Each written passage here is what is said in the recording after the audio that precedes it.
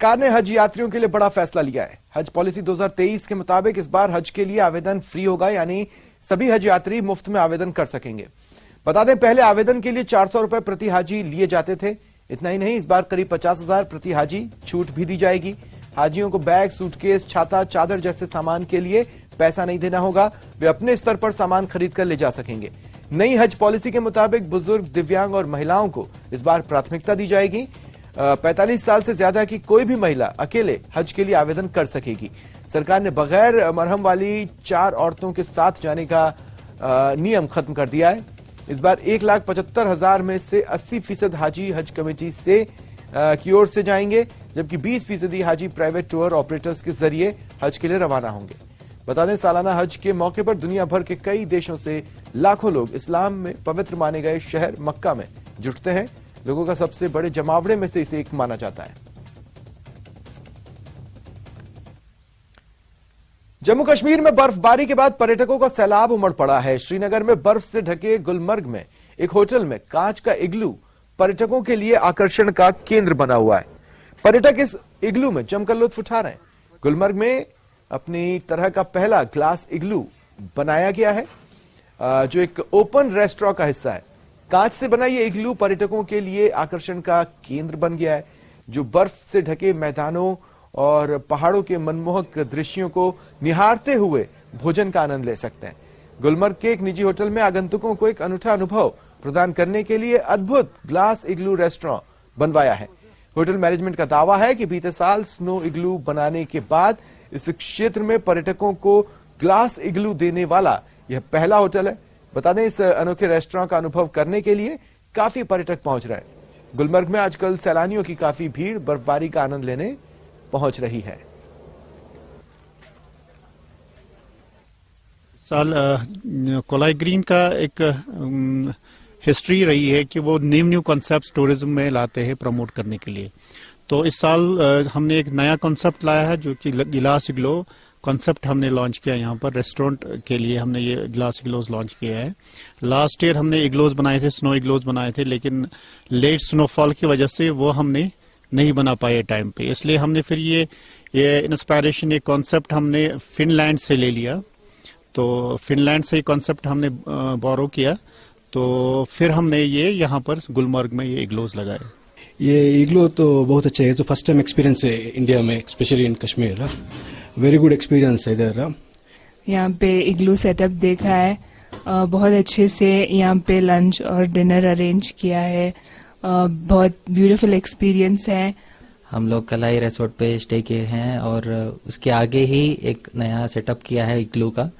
बहुत सुना था और बहुत देखा था, आज एक्सपीरियंस किया है। लंच और डिनर का एक अरेंजमेंट्स भी किया था and it's a very well setup and बहुत अमेजिंग एक्सपीरियंस था यहाँ पे लंच करना। और अब आपको जोधपुर से आई एक तस्वीर दिखाते हैं। पहले तस्वीरें देखिए। जोधपुर में बदमाश किस कदर बेखौफ हैं, इन तस्वीरों को देख आप समझ सकते हैं। तस्वीरें देखिए। 2 बदमाश एक कुरियर कंपनी के ऑफिस में दाखिल होते हैं, हेलमेट पहनकर, पहचान छिपाने के लिए एकदम फिल्मी स्टाइल में। आते ही पिस्टल तानते हैं, कर्मचारियों को घुटने पर बिठाते हैं, फिर बड़े ही आराम से हथियार की नोक पर 2,61,000 लूट ले जाते हैं। ये बदमाश कितने शातिर थे, इसका अंदाजा आप इस बात से लगा सकते हैं कि फिंगरप्रिंट न रह जाए पीछे, इसलिए हाथों में ग्लव्स यानी दस्ताने पहन रखे थे। वारदात बैंक कॉलोनी में हुई है। वारदात सीसीटीवी कैमरे में कैद हुई। पुलिस बदमाशों की तलाश में जुटी है। बैंक कॉलोनी कोरियर कंपनी का ऑफिस है। शाम को 8:30 बजे लगभग 2 हेलमेट पहने हुए आए और यहाँ से 2,68,000 करीबन रुपए 2 कर्मचारी थे, उनसे छीन कर ले गए, जिस पर अनुसंधान किया जा रहा है। सीसीटीवी कैमरों से तलाश की जा रही है।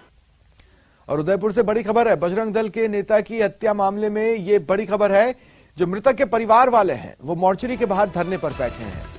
उनके इलाके के लोगों ने, जान पहचान के लोगों ने, कई संगठनों ने उन्हें अपना समर्थन दिया है। ऐसे में बड़ी संख्या में लोग वहां पर जुट गए हैं और ये धरना दिया जा रहा है। मांगे पूरी नहीं होने तक पोस्टमार्टम नहीं कराने पर ये अड़े हुए हैं। इनकी मांगे क्या है? अव्वल, आरोपी को गिरफ्तार किया जाए। दूसरा, परिवार के लिए सरकारी नौकरी। और तीसरी मांग सबसे अहम है। दरअसल पुलिस पर भी ये गंभीर आरोप लगा रहे हैं। वारदात के होने के बाद राजू परमार को हिस्ट्री शीटर बताया जा रहा था।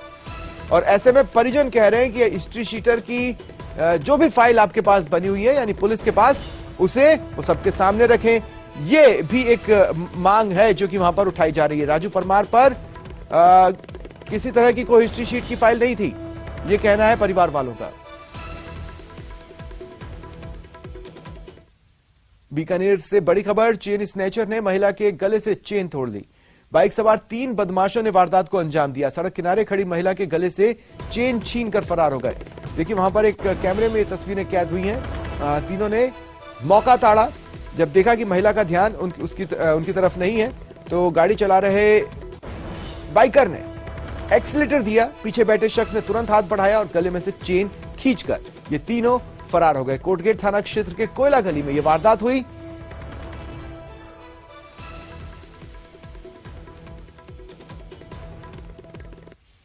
और जालोर से बड़ी खबर, युवक की बेरहमी से पिटाई हुई।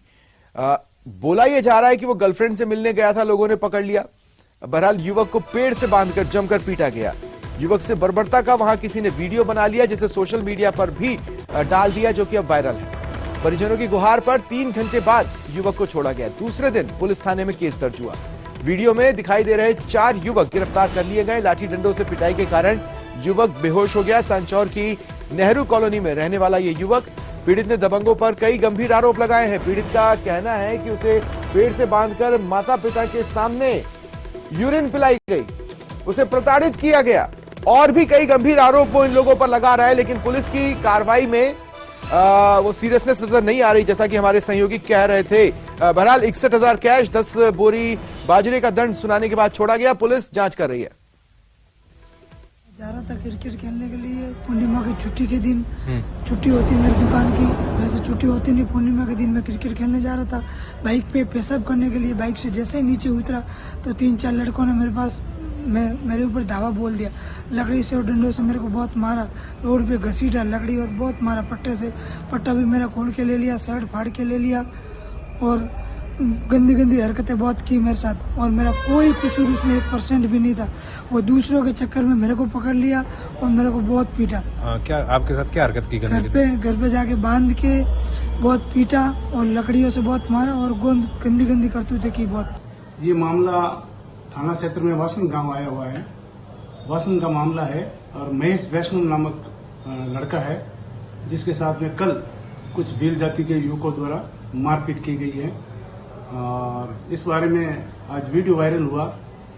इस संदर्भ में भीलों के लड़कों को भी यहाँ पे बुलाया है जो संदिग्ध हैं, उनसे पूछताछ की जा रही है। अग्रिम रिपोर्ट प्राप्त होने पर जैसी स्थिति होगी उसके अनुसार।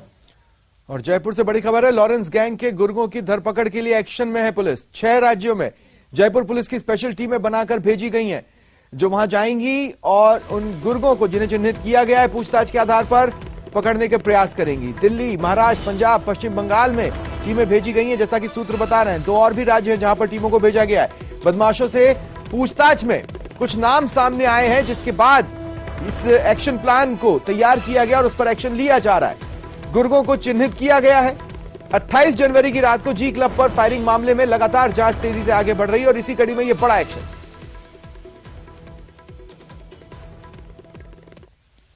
खबर कोटा से है। एक बार फिर टिकट चेकिंग अभियान से 25 करोड़ 55 लाख रुपए से ज्यादा का आय प्राप्त करने का रिकॉर्ड बना है।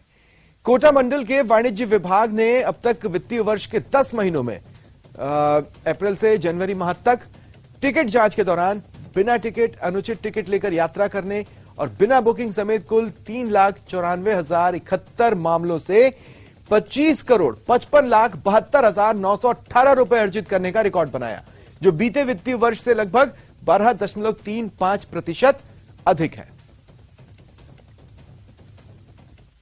बात करते हैं कोटा की, जहां कांग्रेस के 2 नेताओं के बीच हुआ विवाद तूल पकड़ रहा है। हाल यह है कि एक दूसरे के खिलाफ थाने में मामला दर्ज कराया गया।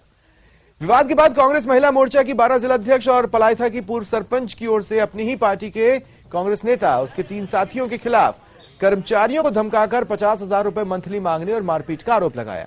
दूसरी ओर सिमलिया कांग्रेस के मंडल अध्यक्ष की ओर से कांग्रेस महिला नेता और उसके साथियों की पर गाली गलौज का मामला दर्ज कराया गया। पुलिस जांच कर रही है। जब कोटा से गाड़ी में बैठ के कागज देने जा रही थी तो ये महावीर मीणा और राजकुमार मीणा इन दोनों ने मुझे रास्ते में रोका, मेरी गाड़ी से मुझे खींचकर मेरा हाथ पकड़ा, मुझे नीचे गिराया, मेरे को गालियां दी, मुझे गंदी गंदी गालियां दी और मेरे साथ बहुत बदतमीजी की, जिससे मैं बहुत आहत हुई हूँ। मैंने इनके खिलाफ सीमलिया थाने में एक रिपोर्ट दर्ज कराई है। दोबारा खान की झोपड़े में आओगे ना तो गोली मार देंगे तुम्हारे को, तेरे हाथ पांव तोड़ देंगे। इधर दोबारा तो जिगना नीचे मुझे खानों की तरफ, हमारा तो धंधा है खानों से। तो ये अपना आपको क्या समझ रहा है, हमारे ऊपर कितने बड़ा नेताओं का हाथ है। अब पहले नंदवाड़ा ने हमारा मोबाइल छीन के ले लिया। फिलहाल